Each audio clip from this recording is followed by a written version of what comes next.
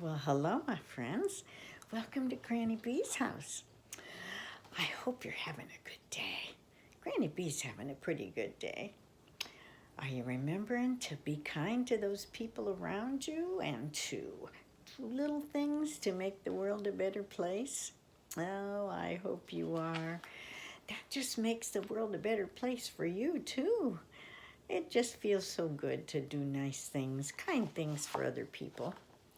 You know, I got this cat named Ed sitting on my lap here, and he's just not too crazy about when I start reading, because then I have to push him out of the way.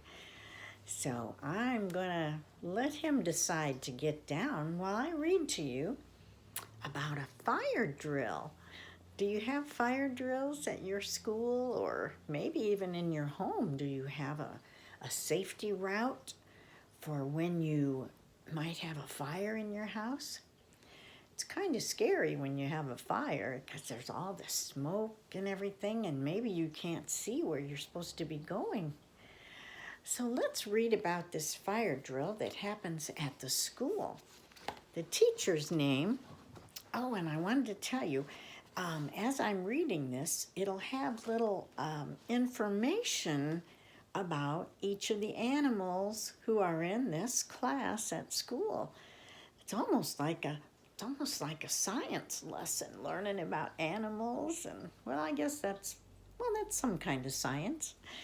I want you to read with me Miss Mingo and the Fire Drill. It's written by Jamie Harper. And I'm going to look at all the different animals in here. We're going to learn something about each one of them as we're reading. This week is Fire Safety Week. It's Fire Safety Week, Miss Mingo announced to her class one Monday morning in early October. We'll be learning what to do in case there's a fire. My Grammy had a fire, Alligator said. It was in her frying pan. The smoke detector went off and it was really scary, and my French toast got burned. But I ate it anyway. Everyone agreed it sounded scary. Panda started barking. Elephant trumpeted. Bird growled. Animals use a number of defense mechanisms to protect themselves from danger. Many of them make loud, harsh sounds to scare off predators. And Monkey honked. "I'm afraid of smoke detectors," he admitted. "What's wrong with your nose?" asked Bird. When danger threatens, the proboscis monkeys honk loudly, and its large, fleshy nose swells and turns red. But before Monkey could answer, the room started to shake. Elephant was stomping his feet and flapping his ears. "I'm afraid of fire trucks," he cried. Frightened elephants stamped their feet, flapped their ears, and trumpet. Younger elephants may push their ears way out to the side to appear more threatening. Now, let's simmer down," said Miss Mingo. "I know fire can be scary. Just thinking about it makes me want to hide behind my friends. But I know I have to follow the rules when there's danger. So today we have a visitor coming who will teach us how to be safe and well prepared." Flamingos move in large, tightly packed flocks, making it easier for them to spot lone predators. At that very moment, a big bear entered the room. "Good morning," he roared. Snake hissed loudly and puffed up his body as much as he could. When threatened, the hognose snake inflates its body to resemble a cobra. It also flattens its head and hisses. Pig darted away from the bear and dove under Miss Mingo's desk. "No need to be afraid," Miss Mingo reassured them. "It's just Chief Grizzly under all that gear." A startled pig will run away, then quickly turn around to face whatever frightened it. If necessary, it will charge the enemy and use its tusks to attack. Ooh. The chief removed his mask.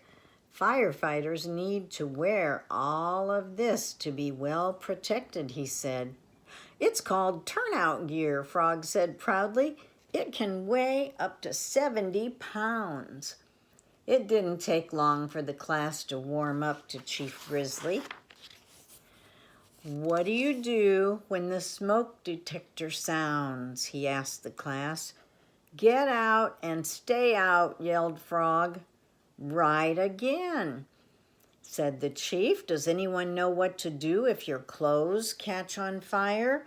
Everyone knew that answer. Stop, drop, and roll. Miss Mingo promised Chief Grizzly that they would work on their technique. On Tuesday morning, Miss Mingo explained that sometime soon there would be a fire drill. When? Asked Narwhal. I don't know, answered Miss Mingo, but don't worry, we will practice and we will be ready. She listed the steps they would need to follow. Stop everything. Get in line with a buddy. No talking. Follow the primary route out of the building. Go to a designated spot outside and line up. First, they practiced lining up. Alligator insisted on being the leader. Koala brought along a snack, and everyone was talking. Remember, said Miss Mingo, everything stays here in the room. Even my eucalyptus, asked Koala. I can't leave it behind. Koala was so upset that he started rubbing his chest and growling. Koalas howl and wail when they are upset. In some aggressive encounters, the male koala rubs his chest. The glands there release a strong, musty odor. P.U., exclaimed Alligator. What's that smell? She dropped Koala's hand and ran to the end of the line. Oh my, said Miss Mingo, opening a window. Why don't we practice some more outside? Today, we will take the primary route to get outside, Miss Mingo said as they left the room. That's the most direct way out and the closest to a building exit. The secondary route, announced Frog, is just another way we can go in case we can't use the first one. Miss Mingo gave him a nod. There was lots of noise as the class made its way through the halls. Finally, Miss Mingo's class made it to the meeting spot outside. Miss Mingo called each student by name. When Panda didn't answer, she scanned the schoolyard. It didn't take Miss Mingo long to spot him wedged in a tree, all curled up. Panda, why aren't you in line? I'm scared, said Panda. What if I'm all alone in the bathroom when the alarm goes off? No one will be left behind, said Miss Mingo. The teachers and firefighters will check the whole school. They'll tell us when it's safe to go back inside. A panda escapes danger by running away or climbing a tree. If trapped, it growls and swipes with its paws, or simply covers its face and curls up into a ball. On Wednesday, Miss Dillo, the lunch monitor, came to eat with the class while Miss Mingo ate in the teacher's lounge. Suddenly, a loud sound ripped through the classroom. Excuse me, said Hippo, wiping his nose. It's the fire drill, yelled Cockroach. No, it was just a sneeze, cried Hippo. But no one heard him. Giraffe was so frightened that he tipped over his chair. Stop everything, please, Miss Dillo said. Cockroach was hissing loudly, which made Centipede mad. If faced with danger, giraffes can deliver a deadly kick with their front legs, powerful enough to kill a lion. Their speed also helps them escape. Cockroaches attack other insects by kicking their legs, which are covered with sharp bristles. Centipedes defend themselves by pinching with their back legs or biting with their front fangs. They can escape a predator by simply shedding the legs that are being held captive. New ones will grow in soon. "Stop!" Hippo yelled. "It isn't the fire drill." "Is it a real fire?" Alligator screamed. Miss Dillo rolled herself in a ball. Alligator thrashed her tail wildly. To stay safe, the three-banded armadillo rolls up into a grapefruit-sized ball, completely enclosing its body within its leathery plates of armor. A mother alligator defends her hatchlings against predators by hissing, chomping her jaws, and using her most powerful weapon, a thrashing tail. Everybody stopped to watch Miss Dillo fly across the room right into Hippo's mouth. Pelican smacked him on the back and out popped Miss Dillo. She rolled out of the classroom just as Miss Mingo returned from lunch.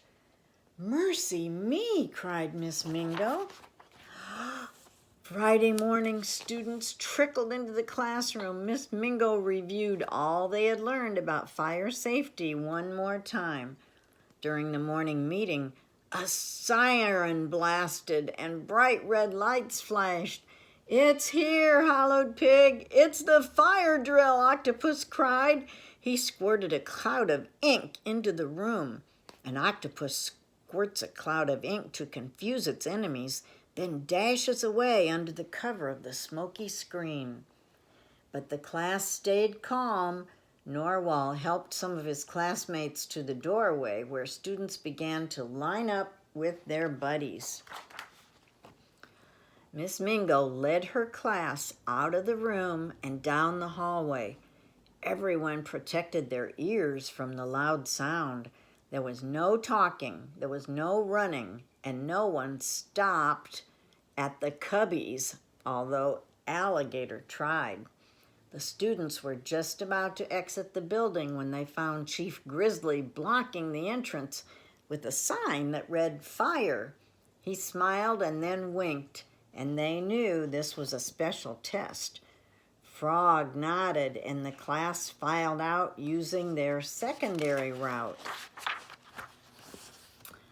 Outside, the class formed a perfect line and stood in perfect silence while Miss Mingo called out every name. They were the very first class to be ready. Miss Mingo was so proud of her students, and so was Chief Grizzly, who awarded them all for a job well done. Well, that was fun, learning about all the animals and the way they respond to danger. How do you respond to danger? Do you panic? Do you cry? Do you yell? Do you run? We all have different ways that we respond, but we should always remember to stay calm and follow the direction of our leaders. And it would be a really good idea for you and your family to have a safety route to escape your home, just in case of a fire. Okay, well, that was a big bunch of information that Granny Bee just passed along. I hope you enjoyed it, and I hope you learned something. And I've got something else to tell you. Granny Bee loves you, and Granny Bee will always want you to come back and see me again so I can read you another story. Okay? Bye-bye.